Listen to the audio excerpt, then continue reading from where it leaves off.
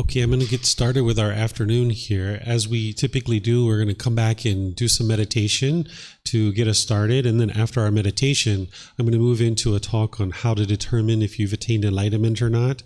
Then we'll talk about continued support. And then we'll just have our closing discussion of anything you guys would like to talk about related to any of the questions that you might have that are lingering since we started this retreat from the very beginning.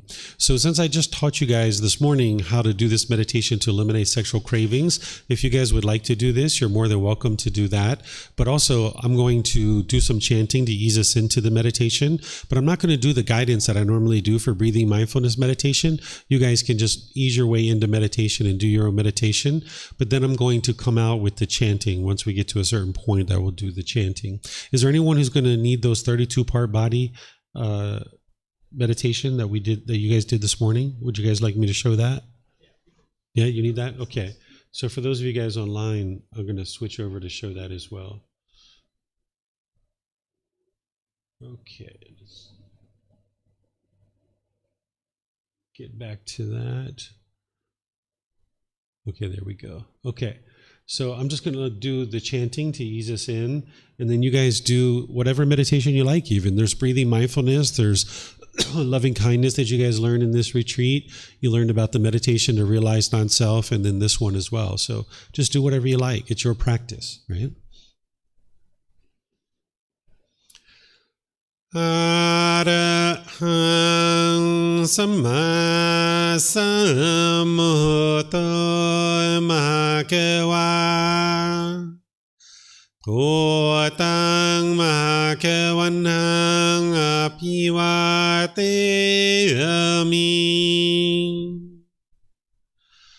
Savakato Bhagavata Dhammo Dhammang Namasami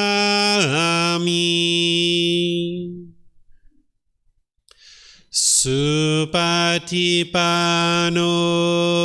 Bhagavato Savaka Sangho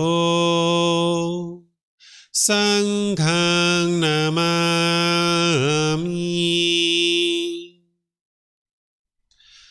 Namo Tassa Bhagavato Arahato Samma Sambuddhassa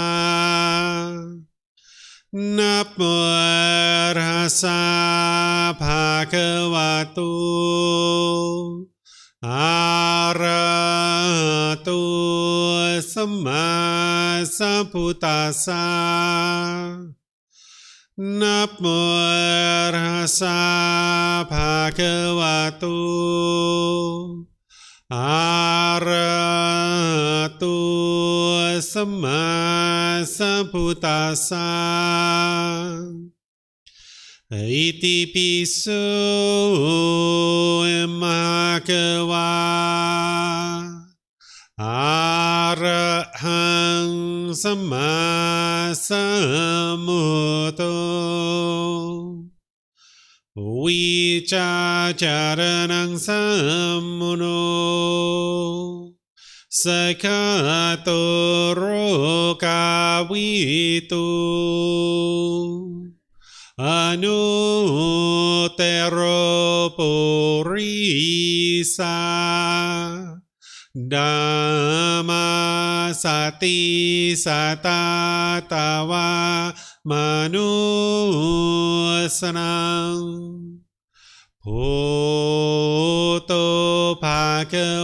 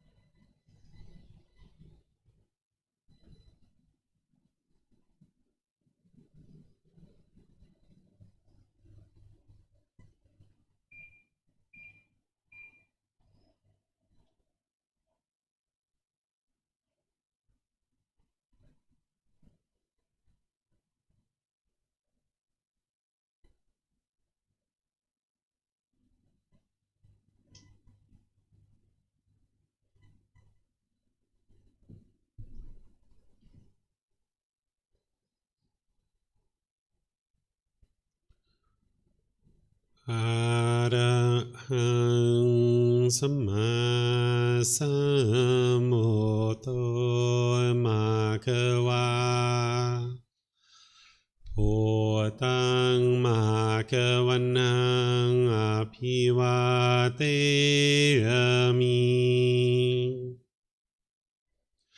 Savakhato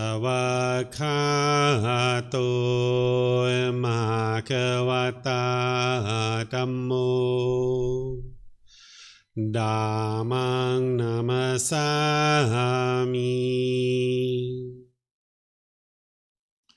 Supatipano Bhagavato Sāvaka Saṅkho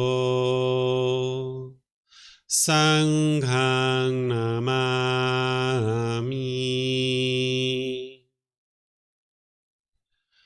Namo Tassa Bhagavato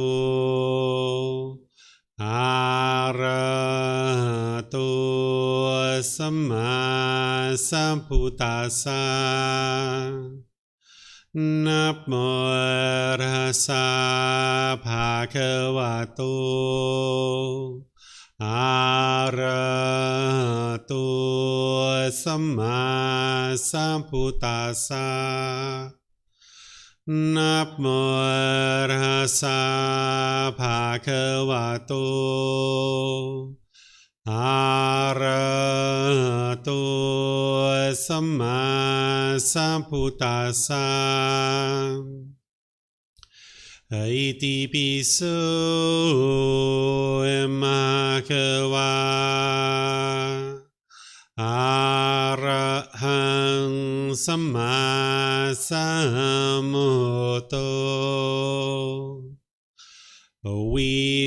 Vicacaranang Sammuno Sakhato Rokavito Anuttaro Purisa Dhamma Sati Satatawa Manusarang Bhutto Bhagavate.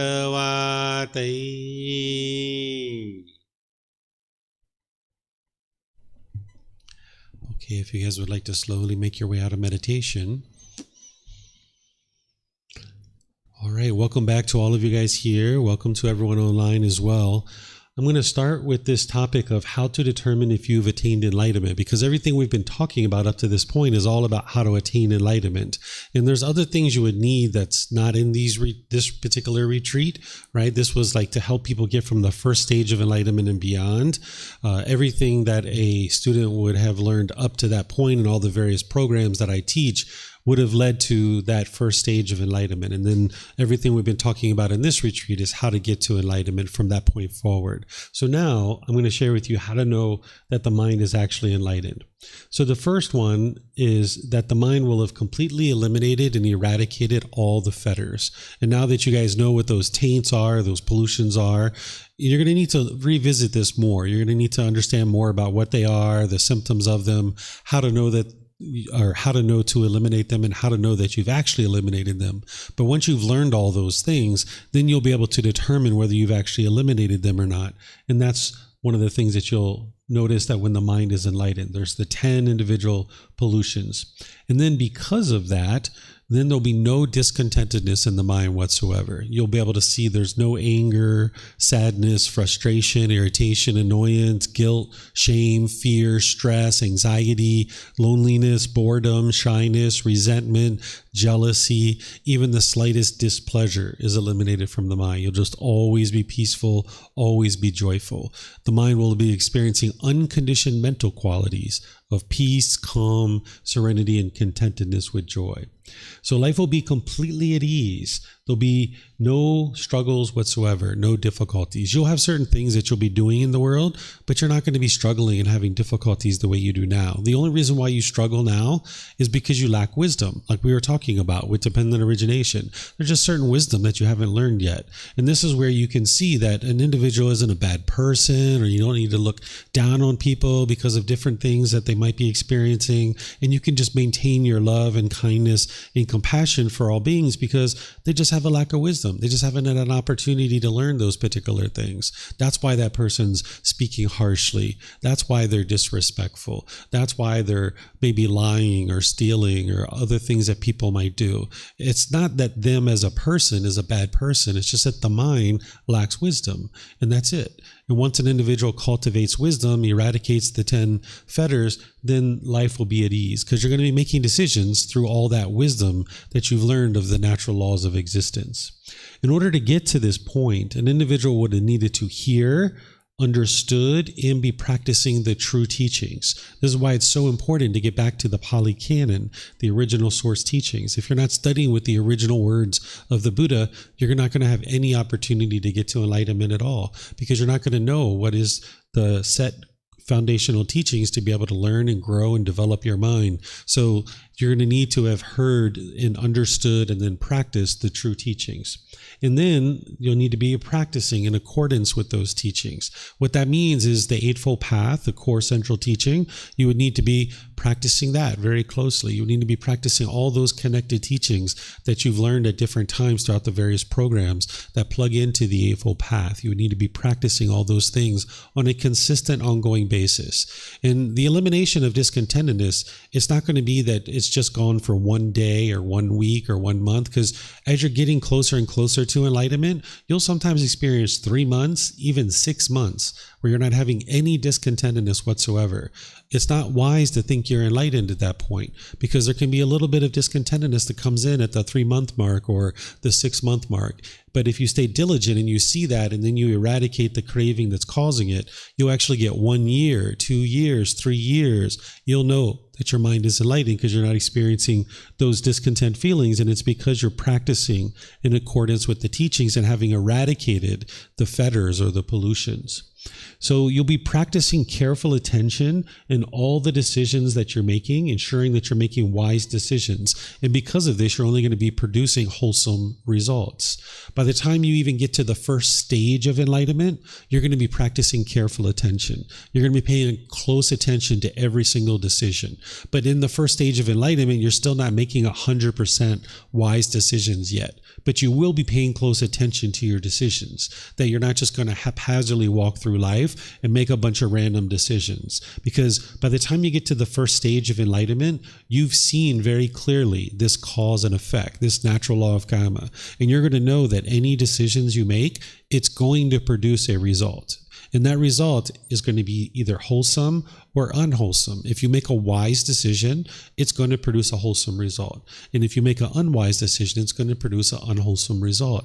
So you're going to be paying careful attention to your decisions even when you get to the first stage of enlightenment, but you're not making 100% wise decisions by that point yet, because you still have pollutions in the mind. You still have certain fetters. But by the time you get to enlightenment, you're going to not only be paying careful attention, but you're going to actually be making only 100% wise decisions at that point. And it's only going to be producing wholesome karma or wholesome results in your life. The natural law of karma is one of the most unbiased teachers you will ever find. It's going to show you every moment whether you're practicing wisely or you're practicing unwisely. And if you can look at those results that you're experiencing in life objectively and understand that everything you're experiencing is a result of your decisions, this is where you can really grow. Because oftentimes when we experience unwholesome things in the unenlightened state, we blame it on somebody else, that it's somebody else's fault. And if you keep doing that, you'll never cultivate wisdom, because whatever you're experiencing is a result of decisions that you've made. So if you can cultivate the wisdom that led to those unwholesome results, now you're going to make different decisions next time. And now you'll make more and more wise decisions, more and more and more and more. And you're going to just experience more and more wholesome results to the point where you're only experiencing wholesome results in your life. Then you'll have a deep understanding of dependent origination, the natural law of karma, and the 5 aggregates and the 6 sense bases. You'll actually have this at the first stage of enlightenment. You'll have this. This is one of those things that I mentioned when you get to the first stage of enlightenment. It's like being in Mount Everest, getting to base camp, that you already have all that you need to be able to get to the summit of Mount Everest. The same thing is true when you get to the first stage of enlightenment, that you'll have everything you need. You haven't fully understood, you're not fully practicing yet, but you'll have everything you need. So even in the first stage of enlightenment, you'll already have a deep understanding of dependent origination, the natural law of karma, the 5 aggregates, and the 6 sense bases. But here in enlightenment, you will also have that. And then also in the first stage of enlightenment, you'll have what's called accomplishment in view. You guys have learned the establishing of right view, which is understanding and practicing the Four Noble Truths. But then there's something called accomplishment in view, which is above and beyond the Four Noble Truths. And this is what I teach in the retreat in January, that there's other things that you need. It's in volume 5. If you learn through volume 5, which the Pali Canon and English Study Group has, I'm going to walk you guys all the way through those books, that you'll learn accomplishment in view there. But I consolidate it in the retreat so you can see it all in one retreat in January. So there's things above and beyond the Four Noble Truths to be able to practice accomplishment in view. Then even in the first stage of enlightenment, in order to get there, you'll be practicing accomplishment in generosity. This is where you're living open-handed, you're willing to share, you find joy in sharing with others, you don't have any expectation of anything in return, and you can just share with other people easily. So you'll be readily practicing that even by the time you get to the first stage of enlightenment. But as an enlightened being, you're still practicing generosity, right? So you'll still be practicing that. You'll have accomplishment in generosity. Then also in the first stage of enlightenment, and by the time you get to enlightenment itself, you'll have association with wholesome persons. And this is something that you're going to need to do without judgment. You're not interested in looking down on people or looking up to people, but there are wise decisions that you can make. One of the examples that I give is, let's just say you grew up with a certain friend, and this friend has been your friend from 8 years old, 10 years old, and you guys have always been best buddies. And now as you guys have aged, you continue to be friends, and maybe you started doing certain things and they started doing certain things. And maybe by the age of 18 or 20, they're starting to sell drugs. And now they're selling illicit drugs, right? And maybe you've always known that they sell drugs and they never offered them to you. They know that you don't do those drugs, but you continue to associate with this person, right? By the time you get to the first stage of enlightenment, you would have seen the natural law of karma very clearly and realize any decisions that you make are going to affect you. Because being a friend with this person, you will easily experience unwholesome results in this situation. Because let's just say you're walking down the street, a rival drug dealer sees you walking with this friend. Next thing you know, you've got bullets coming at you. It's very easy to be able to get into a difficult situation like this. Or say you're in a car, you guys are driving down the road, you're driving, they're in the passenger seat, maybe they've got some crystal methamphetamine in their pocket, you get pulled over by the police for speeding or running a red light or something like this, and maybe they slip some drugs under your seat, and now the police search your car and you're going to jail. Right? So a person who's in the first stage of enlightenment would have seen that business and substances that cause heedlessness, for example, it's unwise to do that for yourself, and it's unwise to associate with someone who's doing that. And not that you look down on this person, not that you think negatively of them, but you would just know wisely that it's not wise to associate with someone who's doing that sort of thing. And you would associate with people who are into wholesome things and positive things. So that's what I'm sharing here. And these, by the way, are from the Buddha. The Buddha teaches these things. This isn't something I made up, right? This is what the Buddha teaches, that even to get to the first stage of enlightenment, you would be associating with wholesome persons. Okay?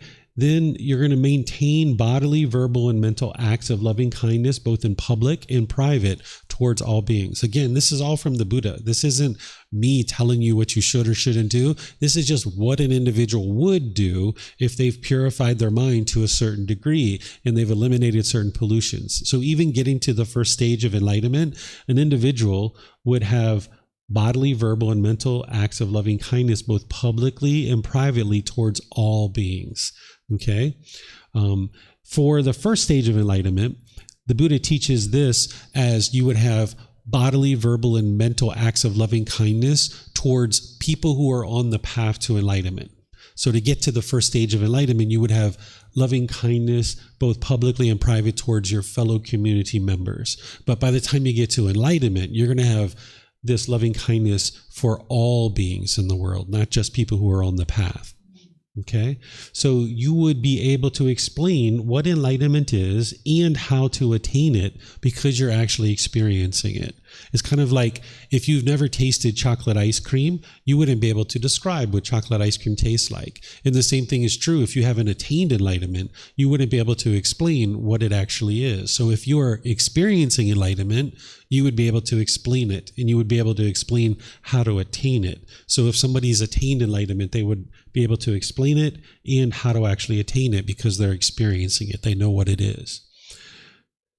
The 10 fetters that we've been talking about in this entire retreat are here just kind of for reference for you guys, because we're about to go into a discussion where you guys can ask any and all questions that you like. These are the 10 fetters that we talked about, and I went through each one of these in the retreat. Personal existence view, doubt, wrong behavior and observances, central desire, and ill will. We talked about what it is, the symptoms, how to eliminate it, and how to know that you've eliminated it. And then we talked about desire for form and formless, conceit, restlessness, and then ignorance, or the unknowing of true reality. We walked through each one of those individually. Okay. And then I shared with you how as you're eliminating those, the mind's moving through the 4 stages of enlightenment: stream enter, once returner, non-returner, and arahant. And then we talked about what a Buddha is, which is not a stage of enlightenment, but a unique individual who is an arahant, but they've done that in a unique way. They've gotten to enlightenment without the help of any teachers or any guides. Okay, so here's those 4 stages of enlightenment showing you which fetters an individual would have eliminated. So in the first stage of enlightenment, they would have eliminated personal existence view, doubt, and wrong behavior and observances.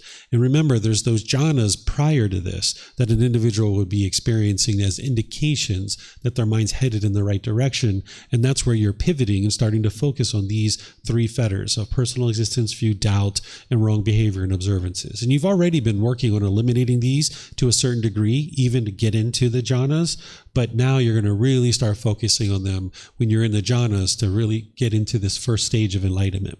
And then same thing here in the second stage of enlightenment, you're thinning out central desire and ill will. And again, you've already been doing that from the very beginning. When you're eliminating craving, desire, attachments, when you're working with breathing mindfulness, meditation, and generosity, when you're doing loving kindness meditation, when you're practicing right speech, right action, right livelihood, you're already starting to reduce this. But now you're really focusing on it more closely. Because by the time you get to the third stage of enlightenment, you've eliminated all 5 of these lower fetters. And then to get to the 4th stage where the mind is actually enlightened, you would have eliminated all of the 10 fetters. And that's where the mind is enlightened. And we might refer to this person as an enlightened being. But during the lifetime of the Buddha, they referred to them as an arahant. So here's the best way to know that the mind is not enlightened. This is helpful for you as well, because this will help you understand what enlightenment is. That enlightenment, a person who's enlightened, they would not be experiencing any discontent feelings. And these are conditioned feelings. So when you see happiness or excitement here, these are conditioned feelings where based on a certain condition, you will now feel happy. If it's sunny outside, I'll be happy. If my bank account balance is here, I'll be happy. This is conditional happiness that arises, changes, and fades away. By the time you get to enlightenment, the mind's always happy. It's always joyful. It's called unconditioned joy or unconditioned happiness, where there doesn't need to be any condition met in order for the mind to be experiencing happiness. So from the moment you wake up all day long until you go to sleep, the mind is just happy. It's just joyful. Okay, so any of these conditioned feelings that are being experienced, that means the mind is not yet enlightened. So you can tell whether your mind is enlightened or not, because it'll be 1 year, 2 years, 3 years, you won't experience any of these conditioned feelings. And those will be gradually diminishing over time. It's not like a light bulb that you just flip a switch and these are instantly gone. It'll be gradually eliminated because you're gradually eliminating cravings, desires, attachments that are producing these discontent feelings. You'll know that your mind is not enlightened if you have a craving to tell other people you are enlightened. If you walk around and tell people that you're enlightened, you're not enlightened, right? Because there's still ego, there's still arrogance, there's still pride, there's still a desire. There's no purpose to go around and tell people that you're enlightened. So if somebody tells you, hey, I'm enlightened. Oh, okay. you know that they're not enlightened. This person is typically looking for admiration or something like that. There's some desire there. There's some longing, yearning. If your mind's peaceful and joyful, as the enlightened mind is, no reason to tell people. Just go enjoy your peace. Go enjoy your joy. You don't need to go around and tell people that you're experiencing this mental state. So if someone is going around telling people that I am enlightened, well, right away you know that there's no I. There is no I, right? That's personal existence view. So they're not even in the first stage of enlightenment, right? There's still ego. There's still arrogance and pride. And then if you're noticing complacency in the mind, like a lack of motivation, initiative, enthusiasm, ambition, a willingness to do something, or any kind of enthusiasm, if you're noticing this complacency, like this dullness and this lethargic condition, that's because the mind's not enlightened. Because the mind will live on two sides of the spectrum typically. You'll be chasing after things with craving, desire, attachment, longing, yearning, and chasing, or the mind will swing all the way to the other side and you'll feel dull and lethargic and complacent. When you're in the middle, you'll have rest and you'll have relaxation. You need to do that, right? You need to be able to relax, but you're not going to be doing that for endless hours upon days upon days, and just feeling so dull and dragging yourself out of your bed, right? You're going to be able to, your alarm goes off or it's time to wake up. Okay, let's go. Another day. Let's hit it. What are we doing? Okay. And then throughout your day, you're going to rest and you're going to relax. You're not going to be go, go, go, go, go, go, go, go. If you're constantly go, go, go, go, go, go, go, this is the craving, desire, attachment. And then the mind will swing from that because it'll be exhausted doing that. And it'll swing all the way to the other side where there's complacency and dullness and lethargic. But when you're in the middle, you're just going to be gradually working towards certain goals, objectives, or interests. Okay, so this is how to know that the mind is not enlightened, which will help you to understand if the mind is actually enlightened. Okay, so here's some more things, some advantages of enlightenment. We talked about these on the first day of the retreat. I don't know if you guys remember all the way back to Sunday, that we talked about how the mind is peaceful, calm, serene, and content with joy. There's a high degree of focus, concentration, memory, and clarity of mind. And that's because you purified the mind of these pollutions, that the mind is now performing optimally. You don't have those 10 fetters in there anymore, so the mind's performing optimally. There's no longer any discontent feelings, which this is the whole list that I normally teach. You'll be able to be polite, kind, friendly, and respectful to everybody. Right? When you have pollutions in your mind, you're going to have certain cravings. You're going to want people to be a certain way. You're going to have some people you like and some people you dislike. And then you're going to have that ill will that's arising. The anger and the frustration is going to be arising.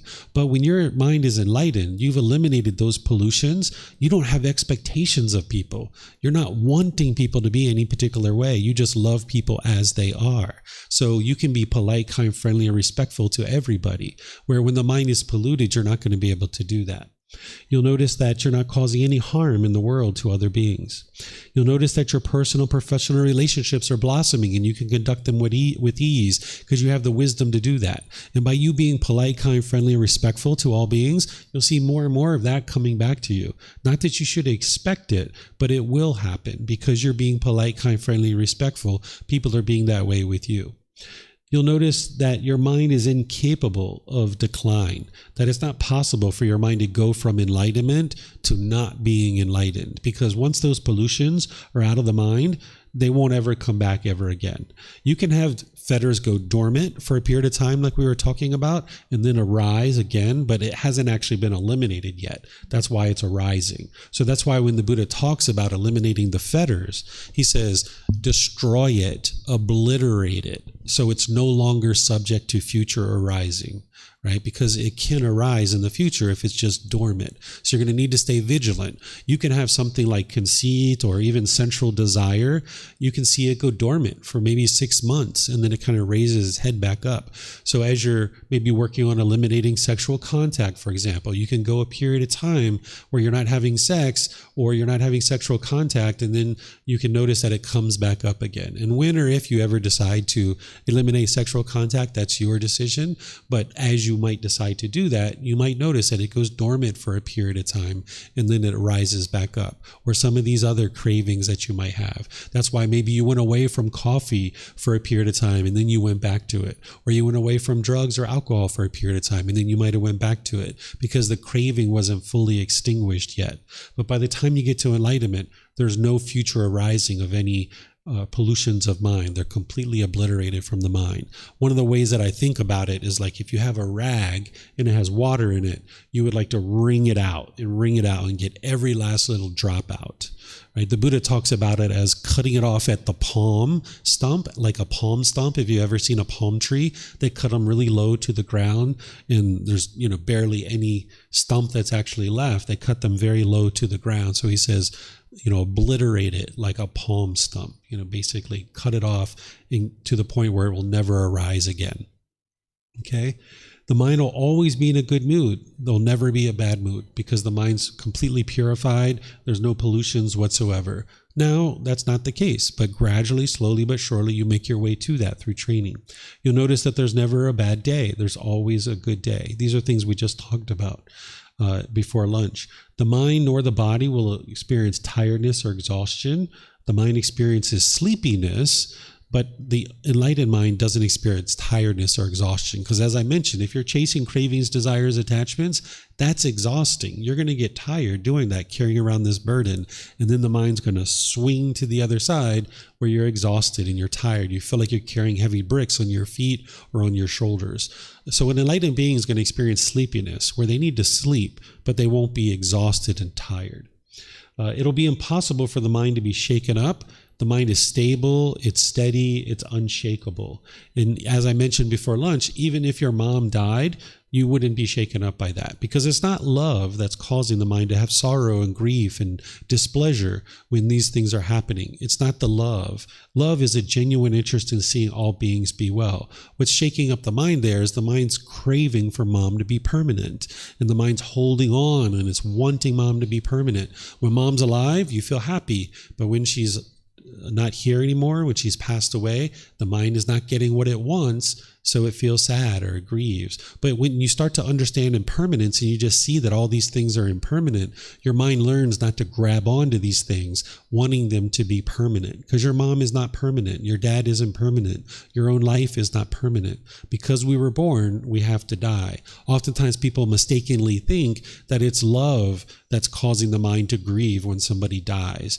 Love doesn't cause grief. Love and care, it doesn't cause grief because love is a genuine interest in seeing all beings be well, and that's not going to cause grief and sadness. But if you have craving, where you're craving permanence, when the mind's not getting what it wants, it will experience the painful feelings. So it'll be impossible for the mind to be shaken up about anything. Even if a tree fell on your house, you would not be shaken up by that. It would just be like, all right, well, there's a tree there now, so now I got to make some decisions to fix this. Right? I mean, to hire somebody that has a chainsaw, come and chop it up and take it away, and let me hire a roofer and fix the roof. It's just impermanence. That's it. Right? You just fix it. Life is no longer a struggle or difficult. You'll be living the ideal life. Whatever life it is that you've created, by the time you've gotten to enlightenment, you're living that ideal life in terms of your occupation, in terms of your friends, in terms of the location that you've chosen to live. All these things will be well sorted out. You will have figured out where is this being going to live and what type of people are you going to have around you. Are you going to have a life partner or not? Are you going to have children or not? You would have already made all those decisions on your way to enlightenment. What are you going to do to sustain your life? What's your livelihood? You would have made all those decisions. So it's no longer a struggle or difficult because your mind is fully awake. You have the wisdom of the natural laws, and now you understand the world that you live in. Right? When you live in a world that you don't understand, when you lack wisdom, you'll struggle. You'll have difficulties. But when you have full wisdom of these natural laws, you'll just navigate them readily, and it'll be so easy and so straightforward. And then you'll be living that ideal life. But on the way to enlightenment, yeah, it can be a struggle sometimes. It can be a challenge. But once your mind is enlightened, no more struggles, no more challenges, or no more difficulties, I should say. There will be challenges that you face, but you'll just easily face them with wisdom. Okay? So attaining enlightenment as an arahant means the mind will no longer experience any discontentedness, nor be reborn in the cycle of rebirth. The being will no longer be reborn in the cycle of rebirth. But what may or may not happen after death is an undeclared teaching. The Buddha doesn't declare what happens next for an enlightened being. When the being dies as an enlightened being, they'll experience what's called final enlightenment. I'll explain to you what final enlightenment is. As you're alive and the individual gets to enlightenment, you can eliminate all your cravings, desires, attachments within your own mind. And you can get to a point where you have no discontent feelings. All that anger, sadness, frustration, irritation, annoyance, guilt, shame, fear, stress, anxiety, loneliness, boredom, all of that is completely eradicated. There's no more mental anguish in the mind whatsoever. But there's one thing you can't eliminate as long as you're alive, and that's the body and the mind is still together. It's still there. So that means if you stump your toe as an enlightened being, you're still going to experience some pain. But it's very different than when you were in the unenlightened state. The Buddha describes it like two darts. If you're in the unenlightened state, you're going to get hit with the first dart, which is the physical pain. But then you're going to have this second dart that you get hit with, which is the mental anguish. And now the mind's angry and frustrated, maybe blaming people. Why did you leave your toys here? Or why did you leave this chair here? This hurts. You might start cussing and having profanity. And this heightens your physical pain. Because when the physical pain was experienced, the mind is now craving permanent comfort. It's not getting what it wants. So now the mind experiences this mental anguish. That's what's experienced in the unenlightened state, these two darts. By the time you get to enlightenment, you'll get hit with the first dart, the physical pain. Ow, that hurts. The toe got stumped. But now there's no mental anguish in the mind. The mind's completely peaceful. You might even start laughing, right? But you'll feel the pain, and you need this pain in order to remind you of certain things. Because as an enlightened being, if you were standing too close to a fire, you need to know, oh, there's a fire there, let me move. So you're going to need that little bit of physical pain. But the pain that you experience as a physical pain in the enlightened mental state, it's muted compared to when you were unenlightened. Because when you were unenlightened, you experienced physical pain and mental anguish. But when you got to the enlightened mental state, you only experienced the physical pain. So it's very muted in the enlightened mental state. So when you get to the point where the mind is enlightened, no more mental anguish, but you still experience a little bit of physical pain. But at the time of death, now the mind and the body separate. And that's final enlightenment. We're not calling it death, because an individual who dies, they're going to be reborn. But an individual who experiences final enlightenment, there's not any more rebirth at that point, because the mind and the body is separated. The mind is fully enlightened or completely enlightened. It doesn't have any pollution whatsoever, and it's not going to be reborn in the cycle of rebirth. But what comes next is an undeclared teaching. The Buddha wisely left it as undeclared. Okay, so we describe somebody who gets to the end of life as an enlightened being as experiencing final enlightenment, and that's what it's referred to. Okay, so any questions on how to determine if one is enlightened? Because by the time you get to enlightenment, you will know your mind's enlightened. But I don't suggest you ever convince yourself that you are enlightened. Just always come from the perspective of you're always interested in learning, you're always interested in growing, you're always interested in cultivating wisdom. But as it comes to the path to enlightenment, you'll be what's called beyond training, that your mind doesn't need any more training anymore. There's no more you're going to be meditating, but the meditation is just increasing your concentration, because there's getting to enlightenment, but then there's higher and higher degrees of concentration. You're not going to need to know anything else about the Four Noble Truths by the time you get to enlightenment. You will fully understand them. You're not going to need to know anything else about the Eightfold Path. You will fully understand it. You're not going to need to know anything else about the 10 fetters or any of these other teachings. You will fully know the entire path to enlightenment. This is called final knowledge or right wisdom. The enlightened being is practicing the 10-fold path. By the time you get to getting to enlightenment, you're going to be practicing the Eightfold Path that gets you to enlightenment. But once you get to enlightenment, you're now practicing the 10-fold path, which has two extra factors, which is right wisdom, which means you fully know the path to enlightenment, And the 10th factor is called right liberation, where the mind is actually liberated and no longer experiencing any discontent feelings. So right wisdom and right liberation is now being practiced by an enlightened being. And now you're beyond training, that you don't need any more training on the path to enlightenment because the mind's fully awake. But it's wise not to convince yourself that you're actually enlightened, because you've been cultivating wisdom all these years to be able to get to that point where the mind's enlightened. And now there's so many other things to learn in the world. It's not just the path to enlightenment. So this is where I usually share with you guys, if you've always been interested in being a helicopter pilot, for example, and you never had the confidence to do that, well, now you've got an enlightened mind, which means your mind's performing optimally. You have focus, you have concentration, you have clarity, you have deep memory. You've taken a body of wisdom from the Buddha, and now you've learned that, you've developed it, you've practiced it, and it's fully transformed your mind. So you'll have full confidence that if you're interested in learning how to fly a helicopter, you could go take lessons in that, and in a matter of time, you'd be able to fly a helicopter.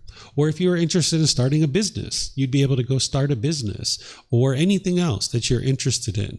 The way that I think about it is when you get to enlightenment, it's like the beginning of the rest of your life.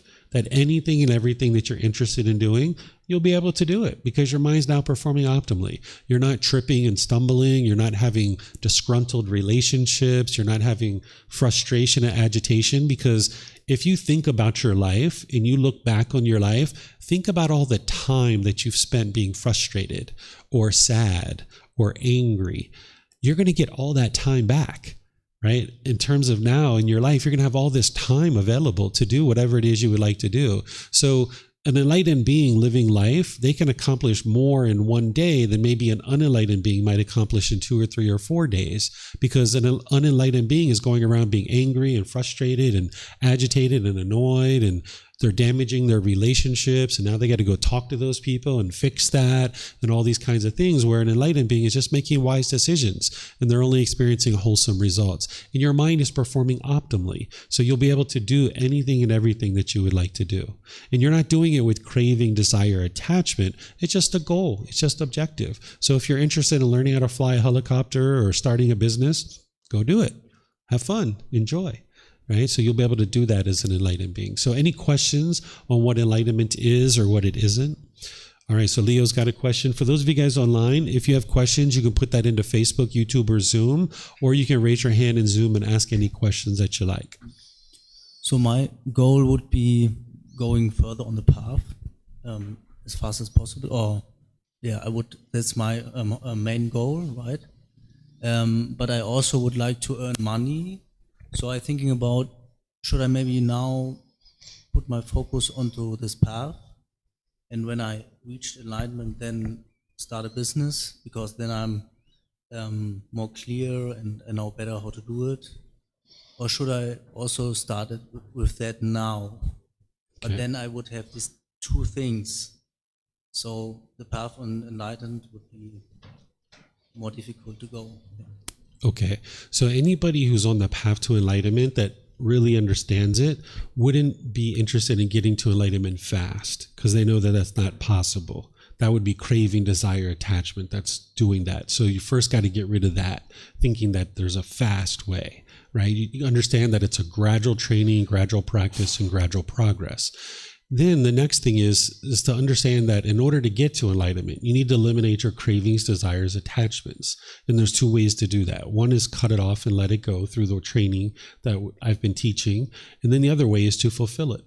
So if you have a craving in your mind to start a business, I don't know that it is a craving, but let's just say it is, you're either going to need to cut that off and let it go, meaning that you don't have the craving. It doesn't mean you don't open the business. It just means that you don't long and yearn and chase after it, right? Or you're going to need to just fulfill it and do it, and then you can actually extinguish that craving. So that's the second thing. The third thing is that prior to getting to enlightenment, you will be practicing right livelihood. You will have figured out how you're going to sustain your life in this world, and you would have decided to move to that right livelihood at somewhere along your journey. As you've gotten rid of your pollutions of mind, you would have gradually made your way to this right livelihood. So it's not that you would get to enlightenment and now just out of the blue, you're going to start a business. You would have probably already been working in that direction before you got to enlightenment. So whether you decide to start a business now or you decide to start it later, this is a decision for you to make. Your mind has to make those decisions based on your trajectory and what you're planning to go forward. You're going to need to ultimately get to a right livelihood. And this business may or may not be that, because your decision making is going to be influenced based on whatever pollutions are in your mind. Because right now, you know, your mind's unenlightened, and you're going to be potentially making decisions through that. But you might need to start a business, work your way through that to realize that either, yes, that is what you would ultimately like to be doing, and you're clearing more and more of your pollution. And sure, you've made some mistakes along the way, but you start to clear those up. Or you're going to need to start a business now, make a bunch of mistakes, ultimately realize that, hey, this isn't what I'm interested in doing. I would like to do this other thing over here. And you'll be able to see that more clearly the more you get the fetters out of your way. So that's why a teacher can't tell you, yes, start your business now, or no, start your business later. That's not a teacher's role. A teacher's role is to teach you how to get rid of your pollutions. And then when you get rid of your pollutions, and as you're getting rid of them, you'll make wiser and wiser choices. So this is why we don't ever make a decision for you. What we're doing is we're showing you the way of how to eliminate your pollutions. We're not telling you what you should or shouldn't do in any given situation. So that's why it's always up to you. And I know you don't like that answer based on your facial expressions, but that's what the mind needs to do. You need to understand that if you came to me and you were like, David, what should I do here? And I say, do that. And then you say, David, what should I do here? Do that. David, what should I do here? Do that. You're not cultivating wisdom. You're never going to get to enlightenment. It would be so unwise for a teacher to tell you what you should or shouldn't be doing in any given situation. Not only are you not cultivating wisdom to make wise decisions, but if there's cravings in your mind that you need to extinguish, and you need to actually do that thing in order to extinguish it, if I tell you not to do it and you follow what I'm teaching or what I'm saying, you're not extinguishing that craving. So each individual person needs to cultivate wisdom, and a teacher's role is to help you understand the wisdom of how to eliminate your pollution, not to tell you what to do at any given time in your life. Yeah, I think once you said a bit like, it's wise to get a job and earn money and so on, have a rent later, a rental. I don't know how you call it. I thought you don't need to decide for me, but maybe I thought you can have a bit, wise words about that makes it easier for me to decide, because I don't have a craving to build a business. I have more interest in getting to enlightenment, or this is the goal which makes most fun for me right now, most interest. But and I can earn a bit money through simple jobs, through my training. But my question is, maybe it's good later when I grow old, I would like to have some money on the back.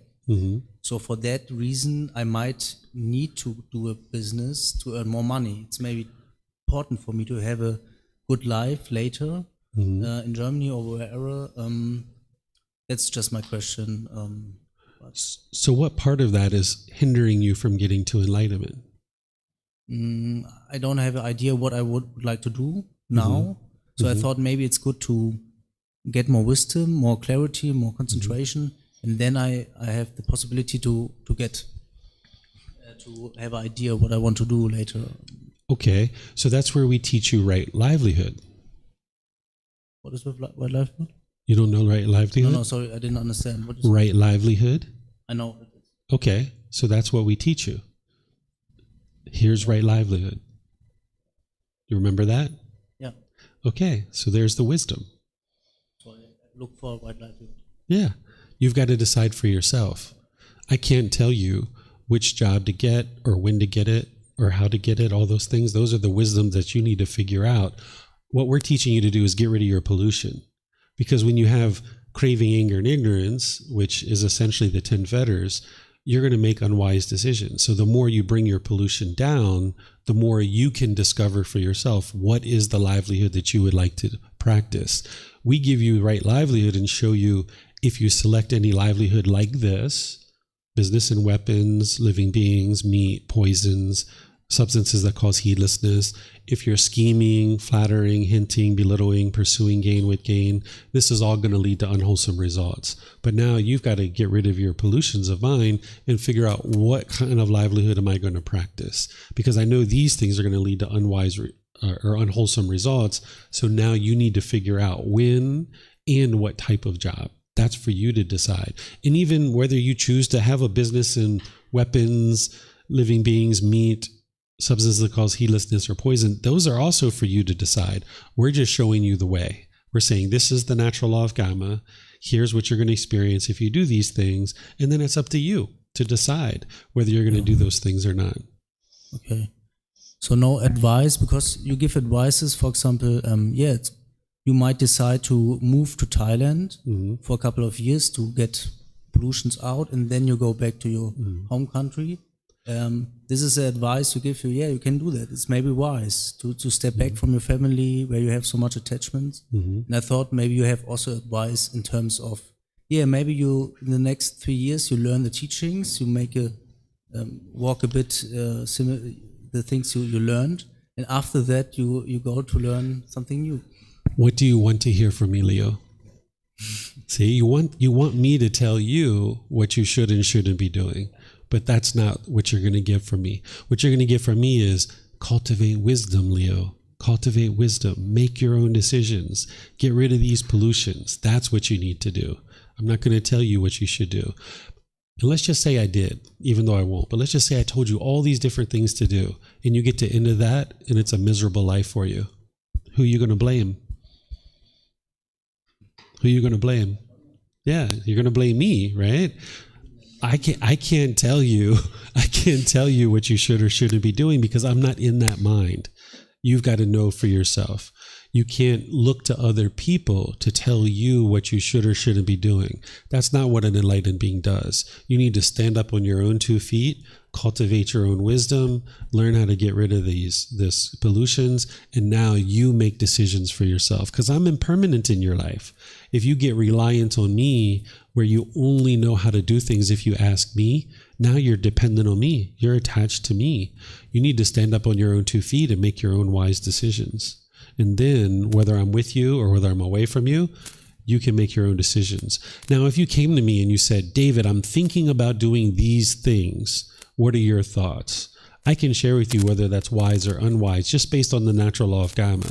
It's still not telling you what you should do at any given time, but you can say, hey, David, I'm thinking about opening up a business to design missiles so that we can drop missiles on the heads of people and kill them. And I would say, oh, Leo, that's pretty unwise because people are going to be interested in killing you if you do this. And you say, well, I'm also interested in growing flowers and cutting flowers and creating bouquets of flowers for people's weddings. Oh, well, that's not going to cause any harm. Right? But whether you choose to do that or when you choose to do that, that's a choice for you to make. But I can tell you based on the decisions you're thinking about, whether it's going to cause harm or not. But I can't tell you when you should do something or what you should do because that's a decision for you to make. Okay. Any other questions? Yep.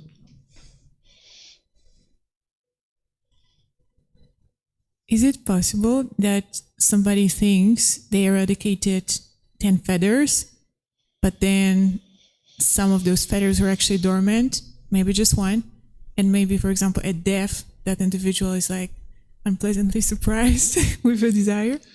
Yes, that's what that third stage of enlightenment can happen.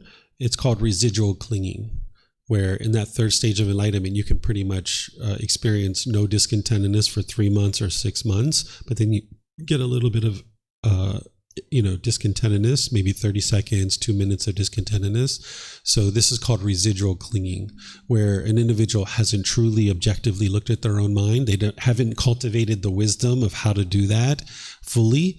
And now maybe they're not objectively looking at their mind, and now they can still have some residual clinging around, or they just they were cultivating wisdom and they just didn't get to it in time, right? Because it never came up. And that's why you'd like to move the mind around and put it in different situations so that you kind of don't allow any dust to collect in the corners. Because like, let's just say you went to one particular place and you just stayed there for a really long time and you were feeling pretty enlightened because the people around you are treating you, let's just say like an ordained practitioner. Sometimes ordained practitioners they ordain at a temple and they just live at that temple for 10, 15, 20 years, and all the people in that temple are treating them really, really well, and they feel pretty enlightened. And maybe they even stayed at that temple for like 10 years. They've never even been outside the temple, and they might feel pretty enlightened. But now when they go outside in the world and they're interacting with people who aren't treating them well, now their mind isn't experiencing the peace and the joy anymore because they still have cravings that they didn't know about because they stayed in that one environment. So once you get to a certain point, like say you lived in Chiang Mai, and let's just say you lived here for a period of time and you got to the point where you felt your mind was enlightened, it's wise to travel around and move around so that you don't get to that point where there could be some residual craving and clinging that you don't see. You would like to put your mind in some different situations. And that's one of the benefits of being in the household life, is that you'll tend to have lots of different interaction, where being in the ordained life is not always ideal because people can sometimes just be on their best behavior around you and you don't get a chance to get that harsh speech from somebody or somebody doing one thing or another in your life, that there can be some dust that collects in the corners. So yeah, putting your mind in different situations is really helpful. And is enlightenment something that should be consulted with a teacher? By the time you get to enlightenment, you'll know that you're enlightened. You won't need to ask anybody. That's actually one of the things. Sometimes a student comes to me and they might ask me, like, can you tell me if I'm enlightened or not? And without asking them another question, I'll say, you're not enlightened. And they're like, why? And I'll say, you're not enlightened. You still experience discontentedness, right? And they still experience discontentedness. I don't have to ask them another question, because anybody who's enlightened, they would know that they're enlightened. They wouldn't have to ask anybody else, because they would know enough about all of this, and you would have actively worked on the path to eliminate those 10 fetters. You can't just stumble into enlightenment. It's not possible. And it's not an instantaneous thing, which is some people think it is. It's not instantaneous. Okay, and one more please. How does it feel emotionally to go through those 4 stages of enlightenment? Because right now, if I magically got enlightened, I would be very happy, obviously, conditional joy. And an enlightened person from the stage 1 doesn't have that already, right? So how does it feel?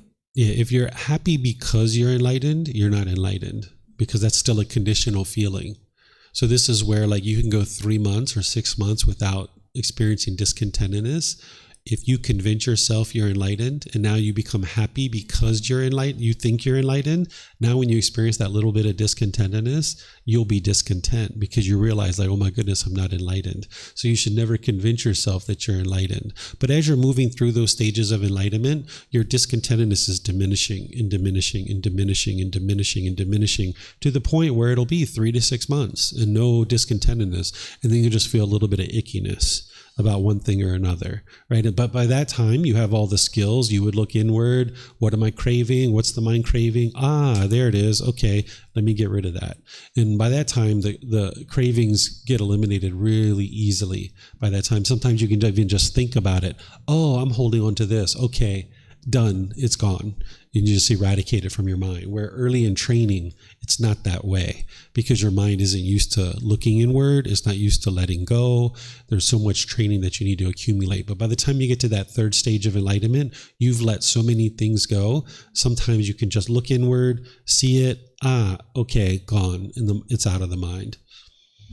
Okay, so as you're going forward, you're going to see less and less discontentedness, more and more stability, more and more joy, more and more peacefulness, more and more wholesome things happening all the time. But then you're like, I realized I attained the 4th stage of enlightenment. I feel it. And you're just like, okay. Like, yeah. Just live the rest of your life. Just enjoy it. Yeah. Got it. Thank you. The Buddha decided to teach. Other people decide to teach on their way to enlightenment. They're like, okay, I'm going to be a teacher. Other people decide other things, like starting businesses or doing any number of different things. So it's not like someone's going to come out from a curtain somewhere and give you a certificate or a badge, right? It's not like you get to walk across the stage and turn your tassel that you're now enlightened or anything like that. It's like you do all this work and the result is nothing. You get nothing. What you get, though, is you get something wonderful. You get this mental state, right? But you get nothing, which is an empty mind. Your mind's completely empty of the pollutions, but you're so pleased with that, right? But you're not going to be happy because you're enlightened. So that's why you got to gradually work towards it and just sneak up on it. Mm-hmm. Yeah. We have some questions coming in here on YouTube. Let's see. Got to sort out the screen here so I can see. Okay, let me get this off. Okay, there's a person here that's asking, when done what has to be done, what will the enlightened being doing? How will be the day-to-day activities? Because the enlightened being would have given up everything. This isn't actually true. Let me put this mic back. One of the misperceptions of enlightenment is people think that you give up everything, meaning like you give up your material possessions. And this is what people are misunderstanding, is that the attachment isn't the possession itself. So this mobile phone isn't the attachment, right? What the attachment is the longing, the yearning for the mobile phone, wanting it to be permanent, holding on to it and craving for it to be permanent. It's not the object itself. I'll give you an example of this. If there's one person who has a 1 liter bottle of water and they're on their way to a hiking trail and they get out and they go on their hike and they're 30 minutes down the trail and they realize, oh my goodness, I forgot my water. My water. And now they take off towards the car. Maybe they twist their ankle on the way. They sling open the door of the car. And now it's like water, water, water, water. Water. This person's mind has craving, desire, attachment for the water. It's not the water that's the problem. It's inside the mind, the way the mind's relating to this object. Because there could be a second person out on the trail, 30 minutes down the trail, and they're like, I forgot my water. You know what? I'm going to be out here for a while. I'm going to be out here for like 6 hours. I better go get my water. And now they just calmly make their way back to the water. So in this situation, the object is the same. It's the water. The difference is that the second person isn't longing and yearning for that water. The mind's not chasing after it, where the other person was. They were basing their inner feelings on that water. So by the time you get to enlightenment, you still have possessions. You'll still have whatever it is that you have in your life, whether it's friends or family or a computer or a house or cars. It's just that you're not craving for these things to be permanent. That's the difference. So an enlightened being can do everything and anything that they like. I've met taxi drivers that are enlightened beings. Of course, I've met some ordained practitioners that are enlightened beings. I've met household practitioners. So you'll be able to do anything and everything that you want. You're not giving up all your material possessions. That's the big misunderstanding of what people think, because the Buddha left from the royal palace and he entered into this life of homelessness where he essentially had 2 robes and a bowl, and people think that that's the only way to get to enlightenment. He put his mind in that situation so that he could train his mind to let go. But there's ways to still maintain a particular possession without being attached to it. I'll give you an example that you can understand, that you might relate to from your early life. Think about when you were a child. You probably were attached to ice cream potentially, where any day that you had ice cream, it was a good day, right? Like you could eat ice cream 2, 3, 4, 5 times a day and it was a wonderful day, right? Because you were so happy that you got ice cream.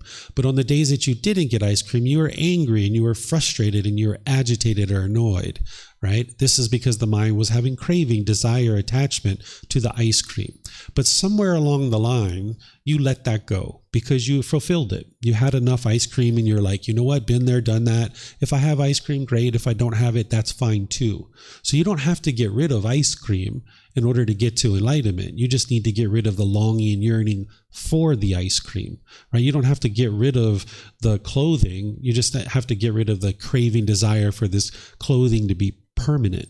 You don't have to get rid of your relationships. You just need to get rid of the craving, desire, and clinging and holding on to these, forming your inner feelings based on these relationships. That's what you need to get rid of. So you will still have things as an enlightened being. It's just that you're no longer attached to it because you understand it's impermanent. And as soon as you allow your mind to grab onto it and crave permanence, you're going to experience discontentedness. So you've learned how to let go. And let go means you've trained the mind to let go, but it doesn't mean that you don't have a particular thing.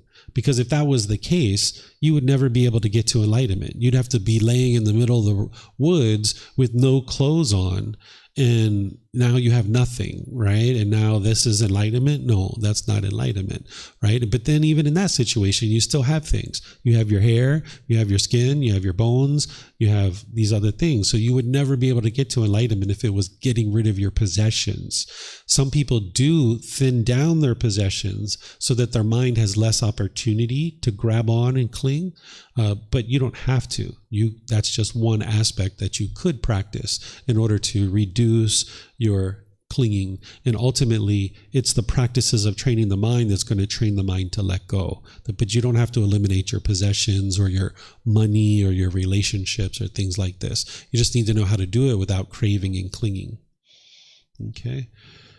Let me see if we have anything on Facebook here. All right. I don't see anything there. I don't see anything. Or maybe we have something here. No, we don't have anything in Zoom either. Okay, so what I'm going to do now is I'm going to move into this. I think some of you guys have already seen this, but some of you guys maybe haven't, that there's continued support for you on the path to enlightenment. Because going through a retreat like this is great and it's fine. You learn a lot. You obviously haven't learned everything that I've taught here, but you've been exposed to a certain amount of teachings and you'll be able to retain a certain amount of teachings. But there's continued support beyond this retreat. That if you'd like books, audiobooks, videos, podcasts, quizzes, it's all available from our website. It's all available at no cost. You can attend our in-person or online classes, courses, and retreats because pretty much everything I do, I live stream it. So you can attend live either here or online, or you can watch the recordings because it's all recorded. Then there's these two ongoing programs. The group learning program, which is a foundational program. This one meets every Sunday at 9 a.m. and 9 p.m. here at the temple, and I live stream it as well. And the 9 p.m. one is from home. Then there's the Pali Canon and English study group, which meets each Saturday. So you could attend any of these for your continuous ongoing learning, as well as classes, courses, and retreats. Then from time to time, as you're learning in classes and through all the resources, you're going to need personal guidance. So you can receive that through in-person or online. If it's that we're in the same city and you'd like to meet, you can just send me a message or something like that, or call me, or just talk to me in person and schedule some time, and then we can sit down and talk. But if you'd like to meet online, like maybe you're traveling or you're online and you're not in the same city as me, you can go to our website and you can schedule an appointment. You'll see the available times. And that's also available for you at no cost. All of this is available at no cost. Then there's a Facebook group where I have it set up like an online classroom where you can post questions and I'm the only one who answers it for you. There's other people in there that's learning from the question that you've asked and my reply, but they're not going to answer your questions. It's just coming from a teacher, so you can get help that way too. So you can ask questions in class, you can post in the Facebook group, you can send me a private message, or you can schedule personal guidance. Because it's one thing learning in a class, but it's a whole nother thing relating it to your own specific individual challenges that you're having. So you would like to get some personal guidance at different times. Okay, so any questions on continued support? Okay, we have a question here. This is from Karen, who's been here quite a bit. Thank you so much. Oh, she's just saying thank you so much for your generosity. She's logging out because she knows she's already seen this. Okay, so here's the group learning program from 9 a.m. to 9 and also at 9 p.m. This is Thai time. The 9 a.m. session is here and it's live streamed. The 9 p.m. one I do from home, and that one's live streamed as well. So no matter what time zone you're in, you'll be able to receive a class either for the group learning program, which is a foundational program, and then the Pali Canon English study group is a program that students typically move into after they've studied in some of the foundational programs. Okay, so now I'm going to move into And the website is the place where you can get access to all of this. So now I'm going to move into a closing group discussion where anything you guys would like to ask questions about, if you have any questions about anything, whether I talked about it during this retreat or any other classes or courses or anything you've been reading, anything you've been seeing from other people, you can ask any of those questions. And you guys asked a bunch at lunch, so I don't know if you guys have any more questions, but if you have questions, you can ask anything you like. And those of you guys online as well, you can ask anything you like. Questions? Yeah, go for it.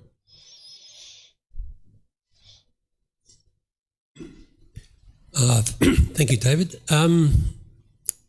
So obviously, being unenlightened, one has made a lot of unwholesome decisions in the past and in the process, harmed people.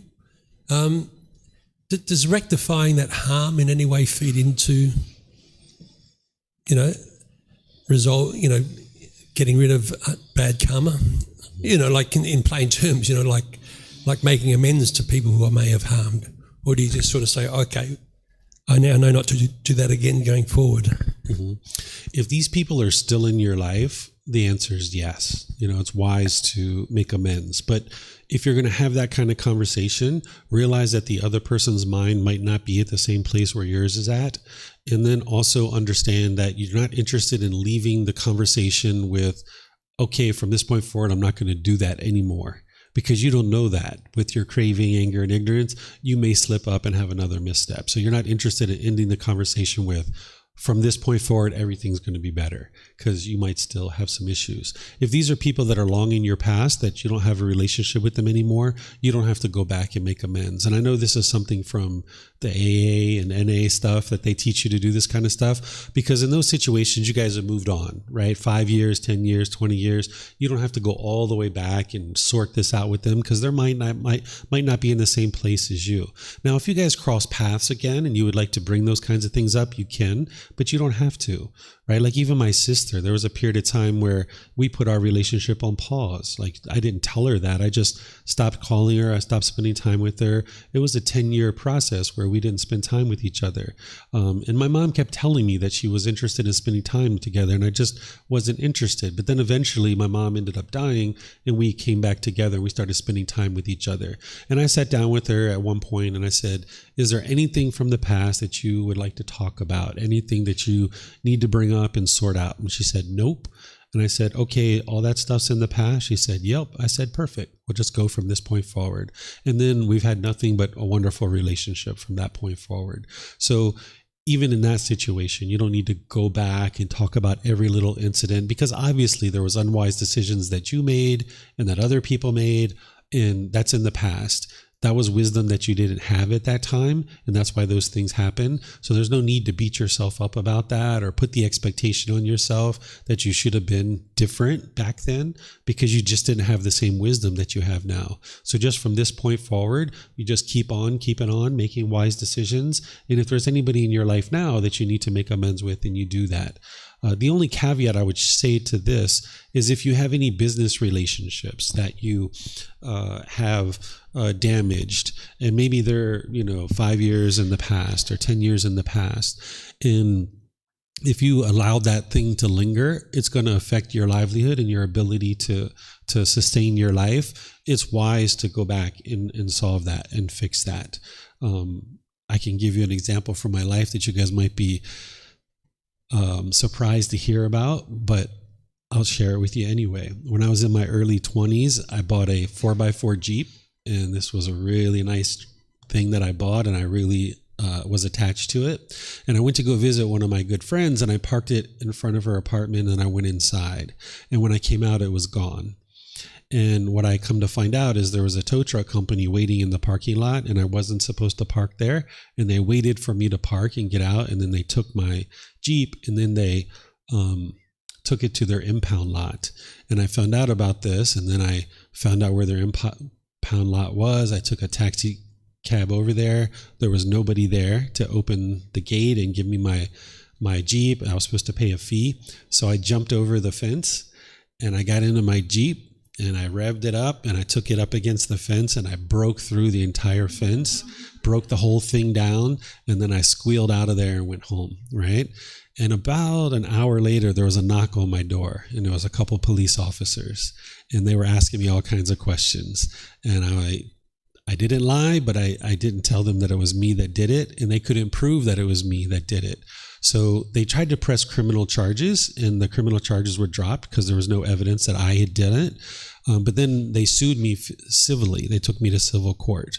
And then the civil court judgment was that I owed them $2,000 to fix their fence. Well, I never paid that for a really long time because my lawyer, he said, I've got a whole drawer of these in my office. If you never pay it, it'll never result in anything. It can just sit in my drawer. Well, all throughout my adult life, as I was making more and more money, thinking back to what I'd done, realized that I was wrong and this was unwise, and it can affect your credit report and things like this, where you're trying to get a loan or you're trying to do things like that. And I decided, because I was interested in cleaning this up, that I was going to now contact the business and I was going to offer to pay them some money to sort this out. And I offered them $1,000, and they accepted it, and I apologized to them for what I'd done. I told them I was young. I think I was like 33 by the time I did this, around my 30s, early 30s. So it had been about 10 years. And I apologized to the owner, let him know that, I'm sorry for what had happened, and I paid it. They signed a document, said that I paid it, and it was done and over with. So in this situation, this thing can come back and hurt you, right? So you should go back and clean those kinds of things up. But if it was just like a best friend that you guys had a falling out, or, an ex-partner or something like this, no need to go back and clean those kinds of things up. Mm-hmm. Yeah, you guys surprised to hear I did something like that? I've done things way worse than that in my life. That's just one.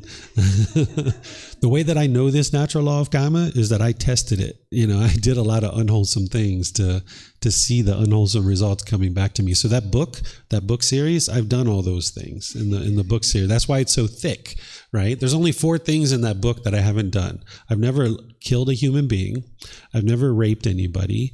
I've never had sex with someone of the same gender, but that, of course, is not causing harm, but I've never done that, right? And I've never had sex with an animal. That's in the book too. Those are the only 4 things that I haven't done.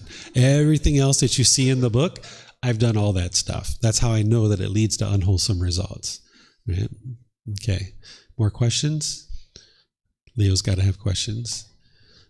We have extra mics too, if you'd like some more mics. Yeah, you can use that mic. Yeah, let him answer. Thank you very much. Mm-hmm. I've been able to partake from home, and I appreciate it. And I have one question about creativity and hobbies, and if there's anything written or around the notion of creating things for the sake of creating them with no ego, and how some people kind of in this day and age we tend to take pictures of everything, or we go somewhere, we'll take a picture and we upload it, and we constantly want kind of credit and validation. And if there was anything, or that the Buddha talks about creating things for the sake of creating them, about using our creativity to help us find enlightenment, whether it be drawing or just living like a creative life, or finding these moments of flow with zero recognition. And if that can be, I don't want to say hack, but I want to say, like, if that can be a way to achieve, to help us achieve enlightenment. Okay, so the way that you get to enlightenment is you purify the mind of these pollutions that we've been talking about that you haven't heard about, but I kind of listed them there, those 10 fetters. There's these 10 pollutions, and that's what you're working to eliminate. And there's foundational teachings that you learn in order to be able to do that. So you're not going to be able to get to enlightenment by being creative. That's not what would lead to your enlightenment.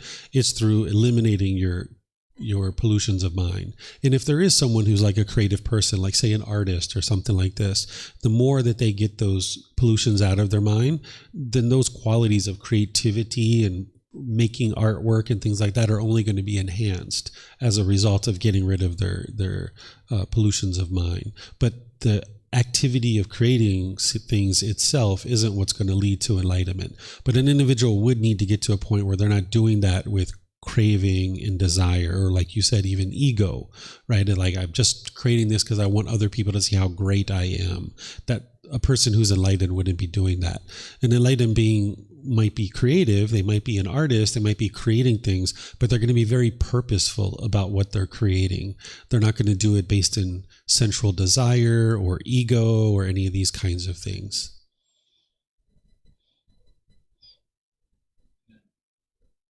I have one other question. I remember you stating that during the time of the Buddha, there was many more people that were able to achieve enlightenment versus, I think, today. Mm-hmm. And I'm curious to just hear a little bit more about why that would be. I have my own ideas, but I would like to just hear a little bit more about, why necessarily today less people are achieving enlightenment. Okay, sure. So during the lifetime of a Buddha, the teachings would be very profound in the world. They would be shining in the world, because a Buddha is an individual who has gotten to enlightenment by themselves without the help of any teachers or any guides. So their wisdom is going to be very deep and very profound of what it takes to be able to get to enlightenment. Then they're going to dedicate the rest of their life to sharing those independently discovered teachings with countless people, and countless people would be able to learn. And that individual who's a Buddha, they have certain qualities of mind that they can really help people get to enlightenment, because they can observe the pollutions in a person's mind and then be able to help them very easily with their deep wisdom. And then they're going to preserve their teachings so that countless more people can get to enlightenment after their death. So during the lifetime of a Buddha, and even afterwards, the teachings are going to be shining in the world in a way that they don't at any other time. So during the lifetime of a Buddha, there'll be countless people that get to enlightenment during that lifetime. Since his lifetime, the teachings have gradually declined and diminished and degraded over time because of impermanence. The very thing that the Buddha talked about, which is constant change, his own teachings were affected by that, because it's a universal truth. And he knew that, and he talked about his declining of his teachings over time. And he gave teachings about how to maintain them in the world for as long as possible, but he knew that they were going to degrade and decline over time. So that's the time that we just got to in 2017. That's the ending of these 500-year cycles that the Buddha talked about, where his teachings would go through this decline. In 2017 was the very end of that last 500-year cycle. So that's why up to that time, we don't see the teachings being as strong and as bright and as vibrant in the world and shining until a new Buddha comes into the world. And then the teachings would now shine in the world in a way that they haven't in the last, we'll say, 2,000 years. Because the 500 years directly after the death of the Buddha, the teachings would have been shining in the world during his lifetime and 500 years after his death. That's the first 500-year cycle. The second 500-year cycle, he said people would be very strong in meditation. They'd be meditating and very good in meditation. The third 500-year cycle, he said that scholars would be very interested in his teachings, and they would be writing all kinds of things about what he taught. And that's exactly what we see. That's the Dhammapada that we were talking about at lunchtime. The Dhammapada was written during that time frame, which isn't the actual words of the Buddha, but it's scholarly work that's looking at his teachings. The fourth 500 years, he talked about how people would be very generous in sharing gifts in order to propagate his teachings. And this is what we see, because pretty much all the temples in Thailand were built during this time. This was 500 to 1,000 years ago. That's when all the temples in Thailand were essentially built. People were donating land and resources and all this stuff, their time and effort and energy to build all these temples. And then the last 500 years, which we just ended in 2017, he said people would be utterly confused about what he taught, and people would be fighting and arguing about what it is that he actually taught. And then that's where he said, okay, there would be a new Buddha that would come into the world and restore his teachings back into the world. So that's the time frame that we're in now. So during a Buddha's lifetime, you'll see lots of people getting to enlightenment because of the deep wisdom of a Buddha and his ability to lead and guide people to enlightenment. Does that match with what you were thinking?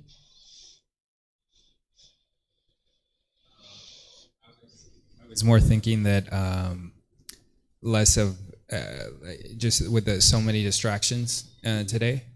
It seems like, and I don't know because I only have the reference of my short life, but from what I understand, there's a lot more distraction today, and so with so many options, and I think that's kind of along the lines of a question that was asked about.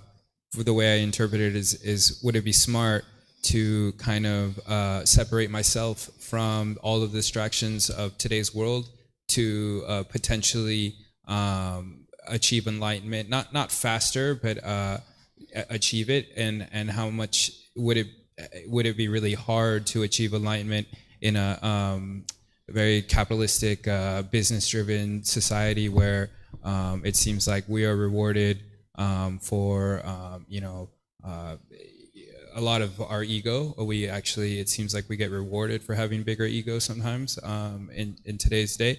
And I had an idea that maybe that was the reason that less people are achieving enlightenment. And even some of the questions I'm hearing, like just kind of, it seems like there's this constant pull between should I engage in society and become, for lack of another word, a cog, and kind of forget about these kind of teachings, or should I separate myself, at least temporarily, to be able to really study the mind, purify the mind, and then be able to come back in society better equipped. But the way that it seems like things have been set up, especially in the Western world, is that you kind of go through the motions, and then you decide that you are going to be this entity in the world with certain importance, and everybody around you, including your parents, tell you that you're important. So this all kind of builds up the ego, and then we find these jobs, and that it's all kind of set up to precisely not find, or to make it difficult to find enlightenment, right? And so I was kind of more thinking that was what was kind of the direction, and I feel like when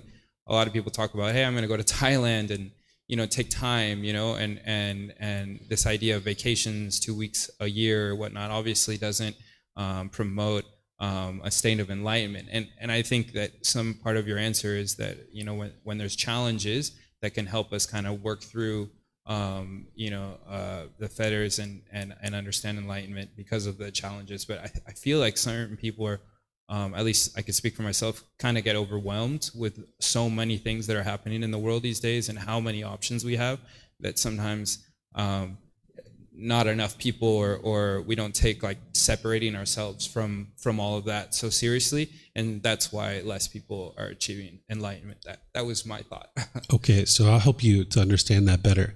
So it's not the outside world that's going to determine or dictate or even create an environment in which you're going to be able to get to enlightenment or not, because it's not the outside world that is affecting you to whether you get to enlightenment or not.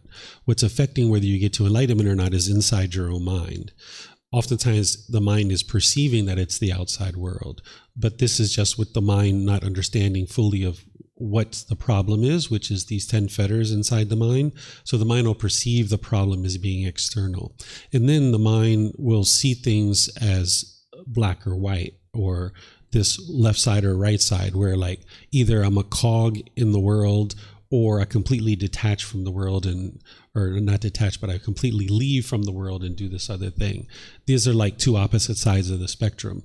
And what the Buddha is teaching is this middle way, that a way to be part of the world, but do it without pollutions of mind. But the unenlightened mind has difficulty seeing that. It'll see it as either I need to be this cog in the world with ego and chasing after money and doing all the things that other people do, or I need to completely walk away from the world and be on this other side. But there's this middle way where you can actually be in the world and you can learn how to train your mind and get rid of these pollutions. So while some people might think that today's world has more distractions, I would say that today's world actually has less distractions, but we've actually we've inserted distractions into the world, because during the lifetime of the Buddha, it was a lot rarer for a household practitioner to get to enlightenment, because we were just so busy trying to sustain our life. We had to carry water from the well that took a day or two, and we had to do that 2 or 3 times a week just to fill up the water at our house. To get food, that was like a really big ordeal, to be able to have land, to plant food, to nurture it, to harvest it, to cook food, to get clothing. There was a lot of erroneous tasks just to sustain our life. So household practitioners are really busy and distracted with sustaining their life. Where nowadays we've systematized all of that, getting clothes and food and even water to our house. It's just a matter of turning the faucet and boom, we've got water. So because we have so much time available to us, then people have inserted in things that are distracting them. Whereas if they had the wisdom to realize, hey, I can move this stuff out of my life, this is unbeneficial to me, and look at all this time I have. Wow, I've got a lot of time that I can focus on coming to the temple, reading books, talking to teachers, meditating, and all these other things. But because of the pollution of sensual desire, where the mind is chasing and longing, yearning after all these things, the mind is creating distractions for itself because it doesn't realize it's stuck in this continuous cycle of discontentedness. So we actually, in the household life, have so much more time available to us, so many fewer distractions, because we don't have to carry the water from the well. We don't have to spend multiple days just to get one meal on our table. We don't have to do these kinds of things. So because we have so much free time, we insert all these unbeneficial things because the mind's chasing after these pleasures. So you have much better opportunity to get to enlightenment today than you would have even in a household life during the lifetime of a Buddha, during the Buddhist lifetime. But you need to be able to see clearly, like scrolling on Facebook for 3 hours a day isn't wise. Okay, 15 minutes, 20 minutes, and now let me put it down. Okay, looking at YouTube videos, 15, 20, 30 minutes a day. Okay, that's helpful. I'm learning some things, but now let me put it down, right? But when that becomes 2 hours, 3 hours, 4 hours, 5 hours, now that is a lot of time. And now we aren't meditating, you aren't reading books, you aren't doing the other things that you need in order to be able to get to enlightenment. Or maybe if someone's going out partying or using drugs or alcohol, this is all distracting somebody from enlightenment. But those are all self-imposed things that somebody is imposing on themselves. Oftentimes people think that the ego is helpful for them because they're seeing, like, they go to work, they show that, hey, I've got all these credentials and now people admire you for that. But that's in an environment where there is a lot of craving and people have a lot of ego. What you'll find is in that same environment, if you don't have ego, you'll actually be a lot more successful. We talked about the ego as part of this retreat, and I showed all the damaging things that it's doing. And oftentimes people don't see those things. They're just looking at, wow, if I show all my credentials, I get more money. And now they think that that's beneficial. But they're not seeing all the other problems that is coming because of that ego. So if you get rid of the ego, which is going to take time for you to learn what it is and how to eliminate it, you'll still make plenty of money, and you'll actually have much more healthier relationships, and your mind will be better off because of it, and you'll actually be way more successful than with an ego. So your ego isn't actually being rewarded, but with the lack of wisdom of being able to see the unwholesome results that are happening because of the ego, someone might perceive it as the ego is producing beneficial results, but when you look at it closely, you can see the unwholesome results that you're experiencing because of that. So this would be much better in this life that you're in now to be able to get to enlightenment. And whether you do it, are you from America or where are you from? From America? Yeah. I grew up in America. I'm from Mexico. Yeah. So whether you learn and practice from America or whether you come here for certain periods of time, whether it's 2 weeks or 1 week or not at all. There's some students who learn with me in America that have never been to Thailand and they're making their way through the stages of enlightenment. You can do that even from a place like America, because nowadays we have technology that you can share teachings far and wide, where during the lifetime of the Buddha, you had to be right next to the Buddha, where today we don't have that dependency. So whether you're here or whether you're there, you can still learn and grow and develop. You saw all the things that I offer where you can learn online. There's books, audiobooks, even personal guidance, because you need that. You can even do that now from afar, which you couldn't do during the lifetime of the Buddha. You would need to be sitting right there with him. So you have a unique environment in which you can get to enlightenment in this life when you understand what it is, and it's not dependent on outside forces. It's all based on your own mind. Thank you very much. Mm-hmm. Yeah, you're welcome. Okay, let's see if we have anything else. Anything else here? Leo has some? Oh, okay. Go ahead, Leo. Just one question. Yeah, I just would like to know about generosity in Germany. I don't know how to integrate this. I think it's more difficult, of course, doing there because everything is expensive. For me, like with money, spending a bit more money. Different culture. I'm not sure how to integrate that. And what is, like, for example, there might be a few days where I maybe stay only at home because normally in Germany I cook myself and stuff like that. So maybe I wouldn't go out one day. I wouldn't do generosity through spending some money or something. But would you say it's good to at least once a day, then for this reason go out and do something which is a generosity, or maybe through online, do it at least once a day? Because I think you say generosity should. Yeah, so oftentimes when we talk about generosity, people think about it in terms of money. But remember, when I describe generosity, I talk about sharing your time, effort, energy, and resources, right? So let's just say you're in Germany. It's not any more difficult for you to practice generosity from there than it is anywhere else, because your generosity isn't dependent on your money. Let's just say you're going outside, you're walking from your house to the store, and you see there's some trash on the ground. You could pick that up. That's generosity, right? Or say you're walking down the street, and I don't know where you live, but let's just say there's a tourist with a map on the corner, and you're like, hey, can I help you? Right? And even if they say, no, I don't need your help, you still offered your help. That's generosity, right? So you can practice generosity. It doesn't require money. It's just your time, effort, energy, and resources, a willingness to give and share. Even walking into a store and holding a door for somebody behind you, this is generosity. Somebody drops a wallet on the floor, or a pencil or a pen or their eyeglasses, and you say, excuse me, ma'am, you dropped this.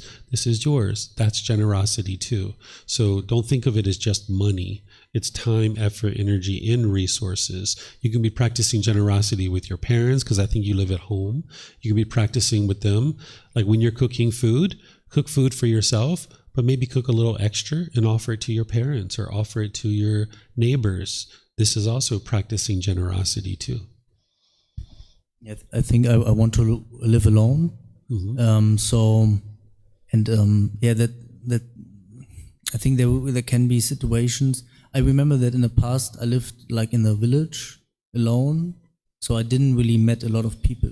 So at my work, so there I had the possibility to do generosity, but the weekend if I stayed at home, then there was nobody to meet.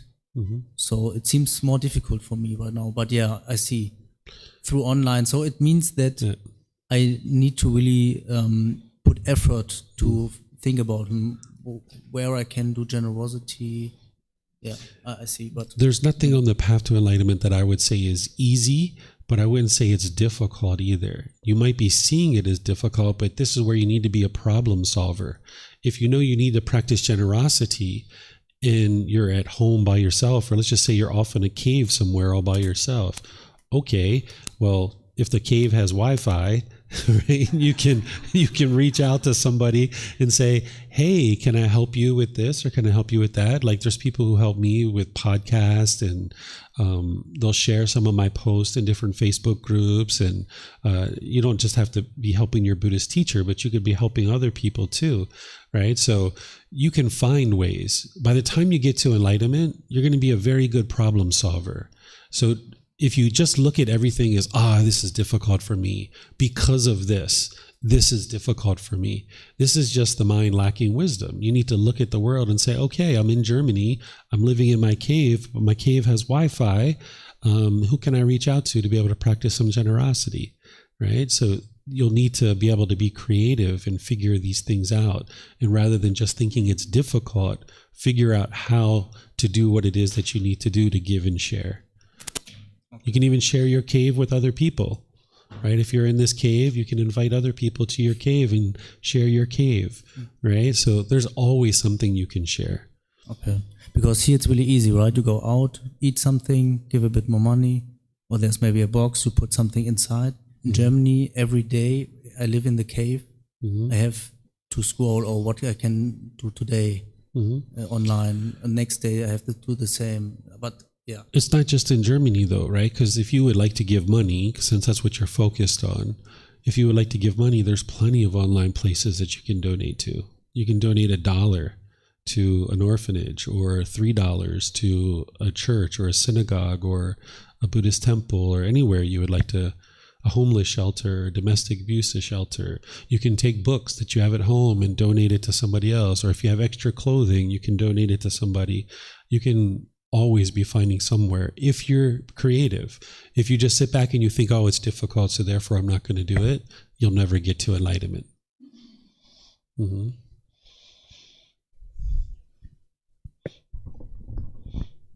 So there's just one question. Why is personal view so crucial that just to attain the first stage of enlightenment, it must be totally eliminated, while ill will, for example, doesn't have to be? Mm-hmm. So the ill will can't be eliminated until there's the elimination of sensual desire. So that's why those two go out together. Personal existence view is the first one. The personal existence view, the doubt and the wrong behavior and observances. What you're going to find is, as you're interested in walking closer and closer to the light or to enlightenment, you're going to have people that are supportive of you and that are very, inclined to be, oh, that's wonderful. But you're going to have other people that are going to be degrading and disparaging to you. And they're going to try to knock you down, right? And if you still have personal existence view, you'll turn away from those things and you'll be like, yeah, I'm not going to do that, right? But by the time you get to that first stage of enlightenment, remember, your mind's not going to regress from that point forward, because you've eliminated personal existence view, you've eliminated doubt and wrong behavior and observantism, you've significantly diminished your discontentedness, that you've seen enough of the truth that your mind will never regress. But if you still have personal existence view, somebody could come and degrade you and disparage you and talk bad to you. And eventually, if you have enough painful feelings, you might walk away from what it is that you know is wise and what you're doing going forward. But if you know it's wise and you've seen enough progress and you no longer experience painful feelings based on your personal existence view, it doesn't matter what somebody says to you, you'll keep walking forward, because you'll know that these teachings are leading to an improved existence. And no matter what this person says, it's not going to cause you any painful feelings. Okay, thank you. Mm-hmm. All right. Let's see. I don't see any other questions. No other questions. Okay. So what I'm going to do is just end by kind of saying some final things to help you guys here. Whenever you go through a learning event, there's a lot that you learn. It's kind of sitting down at a big table and it's like a big feast and you've just eaten a bunch of food. And maybe you've tasted a little bit of everything, but maybe you don't understand each individual thing, but you've at least tasted a lot of things. And now if you've got a big belly, you usually kind of go find somewhere to sit and relax and kind of digest all that food.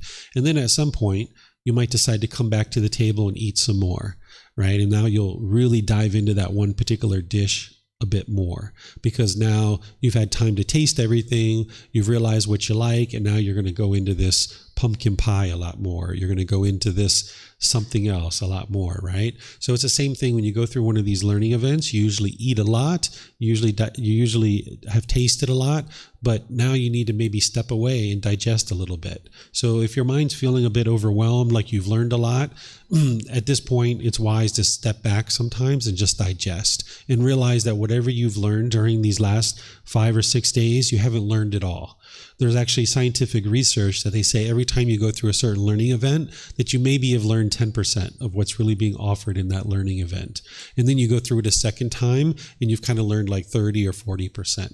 And you go through a third time and it's like 80 or 90%, right? Because each time you're getting deeper and deeper into that learning opportunity. So that's what I suggest, is that if you've learned a lot here, is understand that you haven't learned it all. And when you're learning all these things, it can seem pretty overwhelming. It's like, oh my gosh, 10 fetters, all these symptoms, all these things to do. Oh my goodness, this is going to be like a whole lifetime of learning. Well, when you're standing at the bottom of a mountain and you're looking up to the top, it looks like, oh my goodness, I'll never get to the top. That is so tall. That's such a tall mountain. Well, yeah, because you're standing at the bottom. But if you and you're focused on the top. But if you just focus on one step at a time and you just look at, what do I need to do next? Well, you need to step away from here and you maybe need to meditate tonight, right? That's all you need to be doing now. And then tomorrow you wake up and maybe you come to class over the weekend. Maybe you do, maybe you don't, right? And you just kind of gradually, step by step. Today I need to meditate. Tomorrow I need to maybe practice some generosity, right? Just one step at a time. Don't look at the top of the mountain because it's going to seem like it's a huge feat, right? Whenever you're walking up the mountain, if you're feeling tired or exhausted or your thighs are burning, what would you do? Yeah, you'd sit down and rest, right? So it's the same thing. If you've taken in a big amount of learning, you might need to rest and digest things a bit, right? If you took a big bite of pizza, you're going to have to chew on that for a while before you digest it. So if you've been learning here, great. Welcome to all of you guys. Glad that you're learning.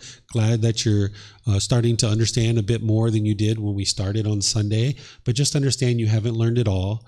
Don't focus on the top of the mountain, even though that's the goal and that's what you would like to work towards. Focus on the next step. What's the next step from this point forward? And just focus on one step at a time.